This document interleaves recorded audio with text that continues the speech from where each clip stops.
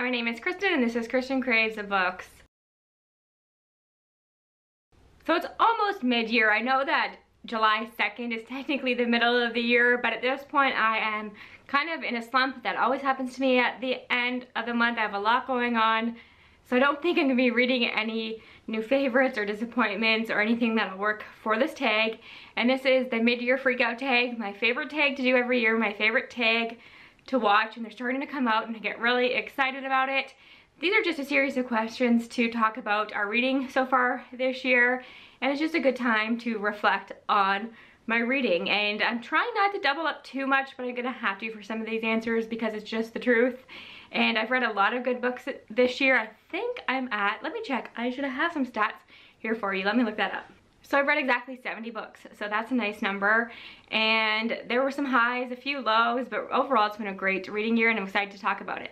Also, I just dropped a book on my toe and I'm trying not to scream right now. It hurts so badly. It's actually bleeding. Is that TMI? But yeah, we're gonna just continue on because this is the time I have to film this.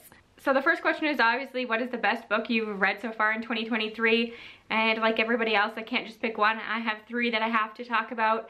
I feel like normally in past years, I do have one that I can focus on, but all three of these are so different. I couldn't separate them and choose a standout, so we're going for it. The first one is a reread, and actually it's the whole series as a whole, and I'm going to talk about this series a few other times in this tag because I can't stop myself. But this is The Long Way to a Small Angry Planet by Becky Chambers. I read this first in 2018, adored it, never continued on with the series, then got scared that maybe I've built it up so much in my head and it wouldn't hold up for me now. But we read it for the book checkout book club and I loved it just as much, even more possibly, so I gave it 5 stars and I just love it. It is cozy sci-fi, all set on this ship following different characters, and it's very slice of life and not action heavy, so very much a character driven story, and I loved it. And this is the Illumicrate special edition, so that really holds up as an all-time favorite. This next one is one that really surprised me. So many people loved it. I thought I was gonna love it, but not to the extent that it would be one of my top 3 favorite reads of the year so far, and this is Ashes of the Sun by Django Wexler. This is Star Wars, but with more fantasy elements. There's still that sci-fi, but it leans more towards fantasy, and it is following 2 siblings who were separated as children and are on the opposite sides of a rebellion. And we get both of their POVs, and they both have interesting relationships that they're building in their POVs, and you understand their motives so clearly. You don't really know who to root for. You're kind of rooting for them both. There's a sapphic relationship in here that I love, and the love interest is so quirky and sweet, and I just adore her. And there are just a lot of great side characters in this. So I was so surprised by how much I loved this chunky book. It is outside of my comfort zone, but definitely a favorite. And then lastly, we have The Book That Wouldn't Burn by Mark Lawrence. This is a book for book lovers. It is set in a world where this library is like a labyrinth, and we're following 2 POVs. One is a young girl whose whole entire community is destroyed and killed, and she is kind of saved and trained to be a librarian. And then the other POV is following a boy or man who is stuck in this library and has been for many, many years. And it's just so brilliantly done and moving, and this entire book is so quotable. I think this is pretty different from everything else that Mark Lawrence has written. I think a lot of his stuff leans more grimdark, and this is not grimdark. So I'm nervous to try more from him, but I really, really did like the writing. I cannot wait for the rest of this. I loved the way this ended. I'm so ready for the other books in this trilogy, and I think he's already written the 3rd one, or he's working on it right now, so hopefully we've got that soon. I tabbed this to death. Just enjoyed every second. Next question is the best sequel you've read so far in 2023, and I'm so happy. I'm so proud of myself. Normally I have to come on here and tell you, well, I've only read 1 sequel, so it has to be this. But I had many options to choose from, and I couldn't narrow it down. So again, I have 3, which is just amazing. I'm really getting through series this year, and I'm realizing that I love it. Who knew? So the first one, obviously, it's The Galaxy and the Ground Within by Becky Chambers. Now this is the 4th book in the Wayfarer series. I read all 4 of them this year. The first one I love because it's nostalgic, it's a setup, and this conclusion I thought was the best in the series. I thought you asked me which one I would recommend reading. If you could only read one, it would probably be this one, just because I thought that the themes were really interesting. The relationships between the characters were compelling, and they do kind of read like standalones. There's one character from the first book who knows one character from all the other books, but it's not necessary to read them in order, though I do think you should. To get to this last one, it's so sweet. And it's just all of these different characters from different species and cultures that are forced to be together after the power goes out at the service station that they are at, and the conversations that they have and the bonds that they build. So if you're a found family lover, that's the winner for you. So then this next one is the second book in a series you're gonna hear me talk about a lot in this tag because it's just brings me so much joy. And this is the second book in the Mead Mishap series, and it's That Time I Got Drunk and Needed a Love Potion at a Werewolf, which is just such a great title. I loved the first one, that is That Time I Got Drunk and Saved a Demon.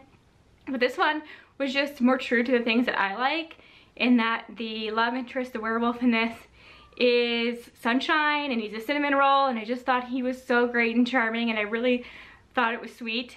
And that this one took place mostly in the small town, and I love a small town romance. This is steamy, don't get me wrong. It's super, super steamy, but it's funny and ridiculous, and it has tropes that I shouldn't like fated mates.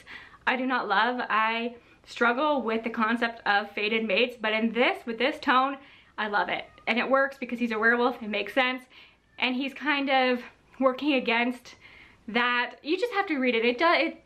It's just so brilliantly handled and such a good time, so much fun. And I read the third book as well. It's my least favorite in the series so far, but still excellent. So that's my answer for that. And then I had to go with Network Effect by Martha Wells. I finally caught up on that series this year. I think I just had to read 2 to get caught up. Fugitive Telemetry and then Network Effect. A Network Effect is the first full-length novel in this series, and I've been putting it off because I thought, I adore Murderbot, but can I handle close to 300 pages of Murderbot? Will that get tedious? Nope. It's my favorite book in that series.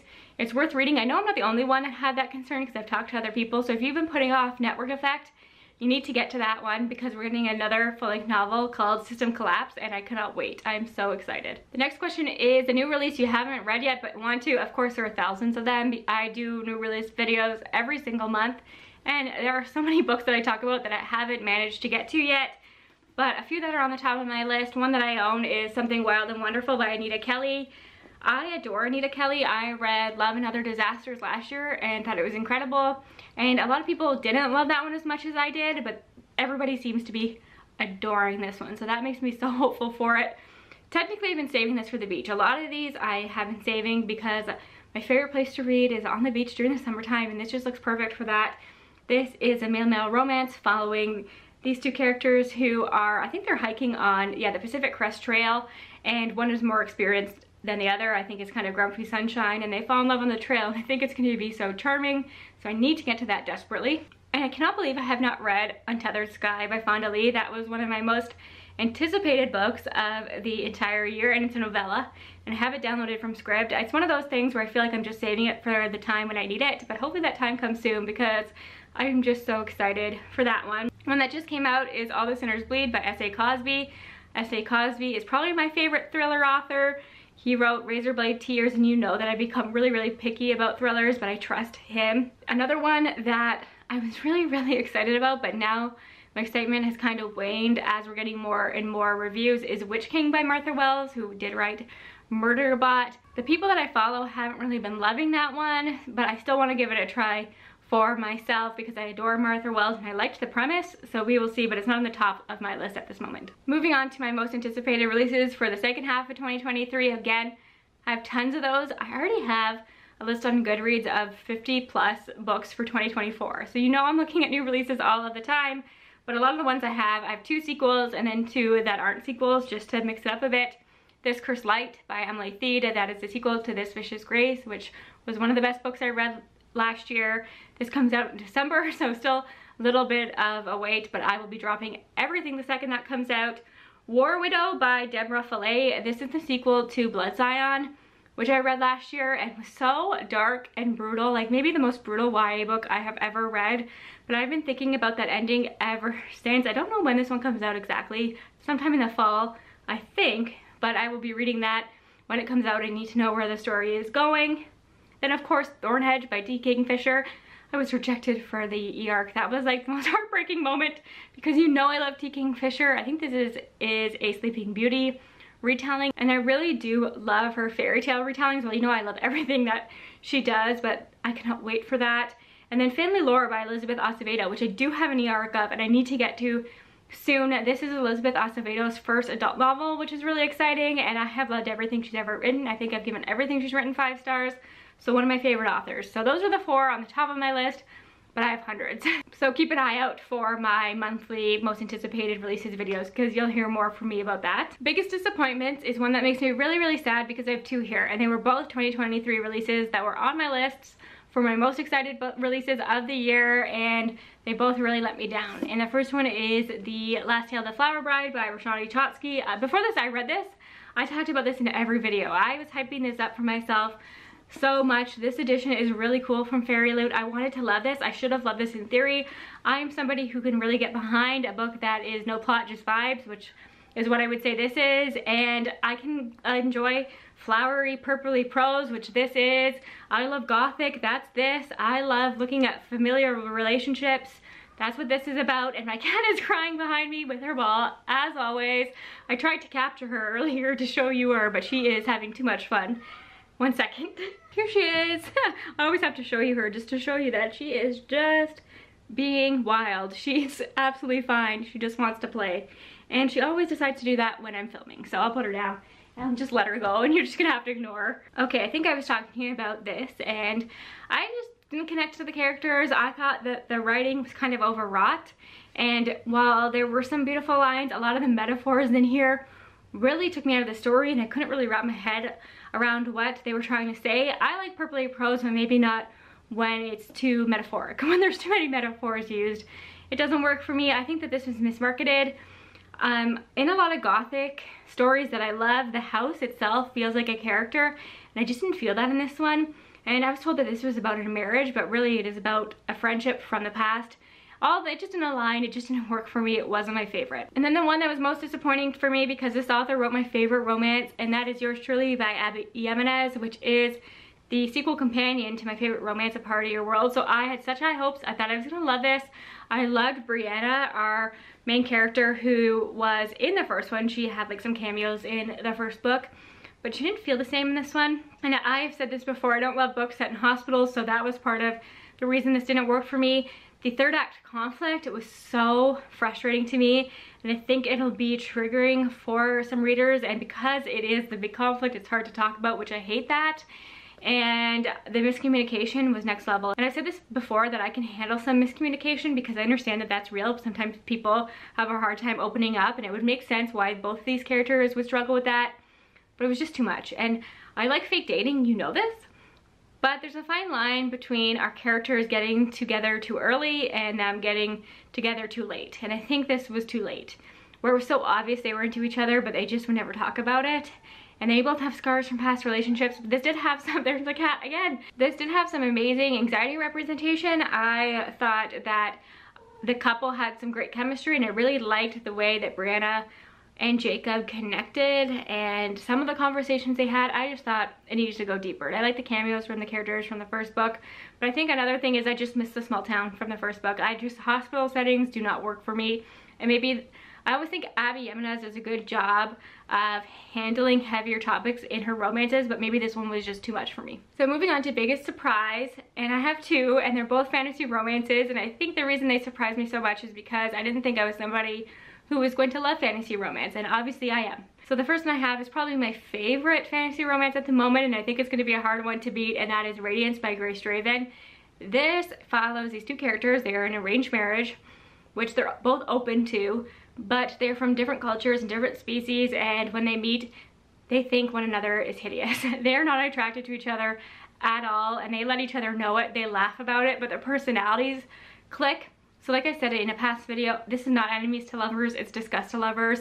They are just not attracted to one another, but they get along so well. And of course that attraction grows, and they start to learn a lot about one another and their cultures and appreciate things about one another. But it's so cute and then funny too.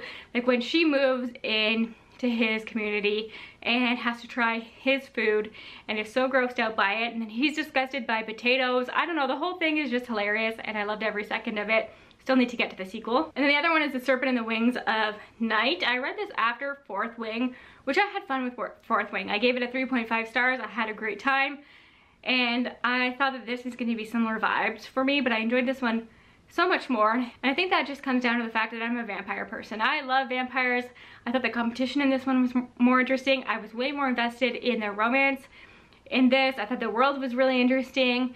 The ending was kind of epic, and I can't wait to get to the next book. So I just love everything that Carissa Broadbent is doing with this series, and I really am into these characters and the politics. I just think it's so well balanced, and I need to read the sequel, as I said. But yeah, I was shocked by how much I enjoyed that one. New favorite author, I have 3. I have Mira Grant, who wrote Into the Drowning Deep, and I read the prequel, Rolling in the Deep, and I also read one of her sci-fi horror novellas called Final Girls, and I'm just falling in love with Mira Grant. I have read some of her stuff as Shannon McGuire. Like, Mira Grant is her pet name for her horror, and I'm realizing that I love her horror way more than I love her fantasy. I have given up on the Wayward Children series. I haven't read Middle Game yet. I will try it one day, but I am in love with her Mira Grant stuff. Her horror works for me. I love her horror novellas. I need to read them all. There's something about the way that she writes. The pacing is so good at building tension, has some really, really original ideas, and is the author that made me realize how much I love sci-fi horror. So I love her. The next one is Kennedy Ryan, who I can't believe this is the first time she's coming up in this video because I love her. The first one I read was Coming Home, which was like an Audible original that I thought was really sweet, and then I read Real. Real is one of my favorite romances ever. I thought that it was so moving and made me emotional.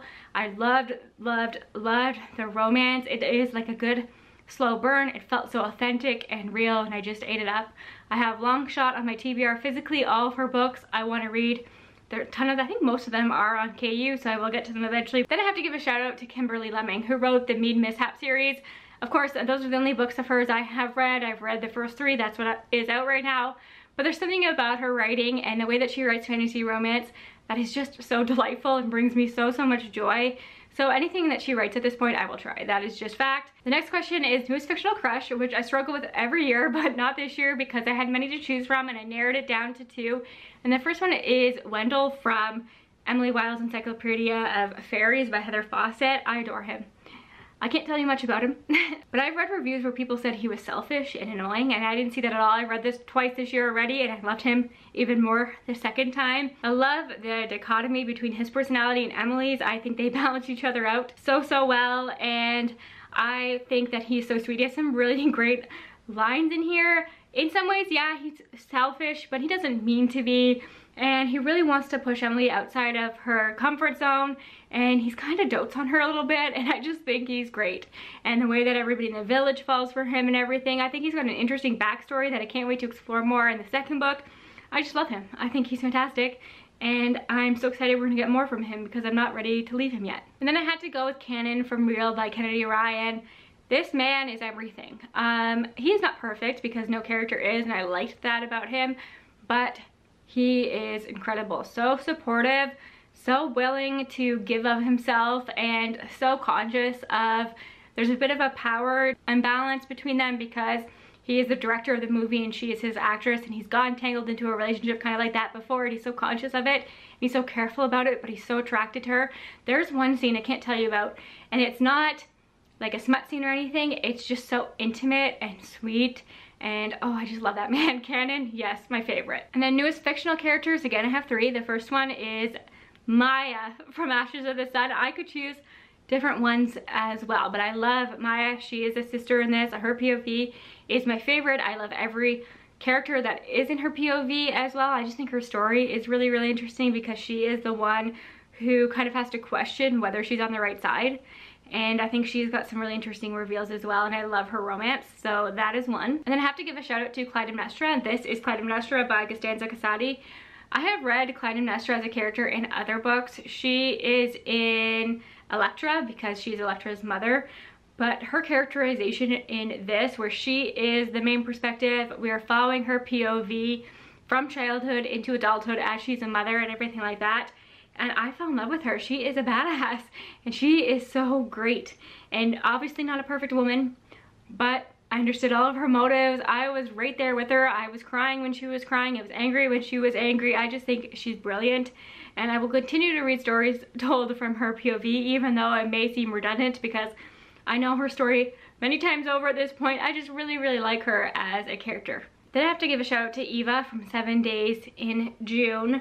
There's something about Eva that I just thought was really relatable and you could really connect with on different levels. I am not a single mother, but I enjoy reading about her perspective as a single mother, and it made me realize I want to read more romances from that point of view. She's also a writer, and she struggles to connect with her readers a little bit and other members of the writing community, and even with the stories that she's telling, and so I thought that was interesting. She also suffers from chronic migraines, as do I. So reading that was really relatable for me, and I felt all of her struggles. I think hers are more extreme than mine are, but I felt it. I was right there with her. And then just her reflections on this romance that she's having were really compelling, and she just felt like a real person to me, and that's what I look for in a romance. That is what makes a romance memorable for me, and Eva did that for me. And I hope, I don't think this will happen, but I would love to get more stories of these two because I just thought they were really real and I loved it. Moving on to books that made you cry, and I don't know what happened. I have a million of these this year.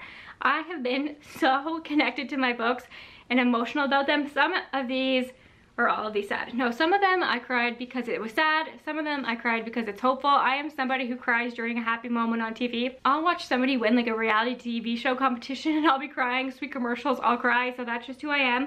So we have a mix here. The first one is Before the Coffee Gets Cold, which was the first book that I read this year, and then I marathoned the series, and I am caught up now, and each of them made me emotional and tear up. I didn't bawl, but they were definitely emotional because we are following these characters. These are like short stories almost, so we're following these characters as they are traveling back in time, and a lot of them are just rehaving conversations with people that may no longer be in their lives, and it was so sad in some moments and so charming and hopeful in others, and I just thought it was saying a lot. And then we have one that was just plain sad, and that is As Long as the Lemon Trees Grow, and this is following this character who was going to school to be a pharmacist in Syria, and then the revolution happened and she is now a doctor, and her brother is now a prisoner of war, and she made a promise to him that she would protect his wife and his unborn child. So she is torn between her duty to Syria and the people there and the promise that she made to leave to her brother. So there's a moment that happens in here where I was just bawling. I think this one made me cry the most of anything I've read this year because it just got me. And if you read this, you know the moment. It was just, oh, devastating, but hopeful in moments too. And I just, yeah, this is an eye-opening book for me. The next one made me cry in both happy and sad ways, and that is Winter's Orbit by Everina Maxwell, which you might be surprised by, but these two together are just so sweet, and they kind of have to fight to be together because one of them, it's hard, I feel like it's a spoiler to say the struggles that one of them is going through, but he doesn't understand his worth, and the other character is really trying to show him how much value he has, and when that finally clicks, it is just everything, and I was so happy for them that I teared up, and it was emotional, and I love this. And then the next one is, I was not prepared for this, but Heart of the Sun Warrior by Su Lin Tan. There were like 3 moments in here that got me. I was a mess. I don't know what I was expecting from this. I don't know that I was prepared for how sad this could get, but man, there was this one moment, and I just kept hoping that things would change, and oh my god, got me. I was sad. I cried. Then I have to give a shout out to Real by Kennedy Ryan, which at this point I should just acknowledge is one of my favorite books of the year. It is super emotional. There are romance. There are some really sad moments in there, some hopeful moments as well. Our main character, Neva, is suffering from a chronic illness, and that is at the forefront of the story.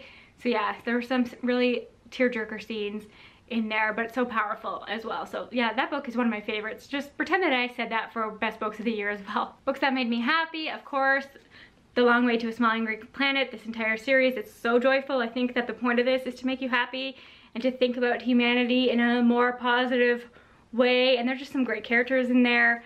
All of the books in the Mean Mishap series, That Time I Got Drunk and Saved a Demon, all of those, they're just so much fun. When in Rome by, who wrote that one? Sarah Adams. Surprised me. I was slumping. I needed something fun. This was available from my library and audio. I thought, okay, maybe I just need a contemporary romance, and it was exactly what I needed in that moment. This was so low stakes, set in a small town, a relationship between a celebrity like a pop star and just like a normal person from the small town in Kentucky, and their romance, and it was just sweet. All of the nosy neighbors in the small town, I ate it up. It It was low stress. It was exactly what I needed in that moment, and it made me really happy. Almost done. The next question is books that you need to read before the end of the year, and again, there are hundreds of those. But to narrow it down, Emperor of Ruin by Django Wexler, that is the last book in the Burning Bright Silver Eye, is that what it's called? Trilogy. So I'd love to wrap up that trilogy. To be honest with you, I'm waiting for the audiobook because I like immersion reading those. Same thing can be said for the sequel to The Serpent and the Wings of Night. Was that called? Ashes of Something and Something. Those titles just slip right from my mind, but I'm kind of waiting for the audiobook on that as well. Another sequel I want to get to is Miss Percy's Pocket Guide to Welsh Moors and Feral Dragons by Quimby Olson. This is the sequel to Miss Percy's Guide to the Care and Feeding of British Dragons. Is that what it's called? Something like that. And I loved that book so much. It was so much fun for me. Very slice of life. This is the sequel. And then one that I have been saving for the beach is The Dead Romantics by Ashley Paulston. Everybody tells me how much I'm gonna love this. I know I'm gonna love it. I've had it for ages. I think it was a Christmas present, but I've been saving it because I just want to be in the sun reading this and loving every second of it. And the last question is the most beautiful books you bought or came into your life this year, and have to go with these illuminated editions of the Wayfarer series. Obviously, I showed these in past videos, but look how they all look together. I just think these are gorgeous. And I've also received some really beautiful fairy loot ones. I'm gonna have to think about which one is my favorite. I might have to go with Spice Road. I think this edition, these spines, are so beautiful. I love the colors. I am obsessed with the end papers there. Look at this underneath the dust jacket. It even comes with a reverse dust jacket there. So I just think that this is stunning. I'm supposed to read this month. I still have time, so hopefully I can get to it. And I also just want to shout out this Waterstones edition of Stone Blind by Natalie Haynes, which again I still need to read. I love the colors on here. The foiling is beautiful. The end page is stunning. So that is one of my favorite books that Waterstones has ever done. I haven't ordered many from them, but I couldn't resist that one. So those are my answers. This was long this year. Normally I try to keep it to one, but it was impossible for me in 2023. I can't wait to see what the second half of my reading is like. I hope it's just as strong as the first. Let me know your answer to any of these questions, or if you did this video or you did it as a blog post or an Instagram post or something, please let me know so I can check that out. Thank you again for your support. I'll talk to you again soon. Bye for now.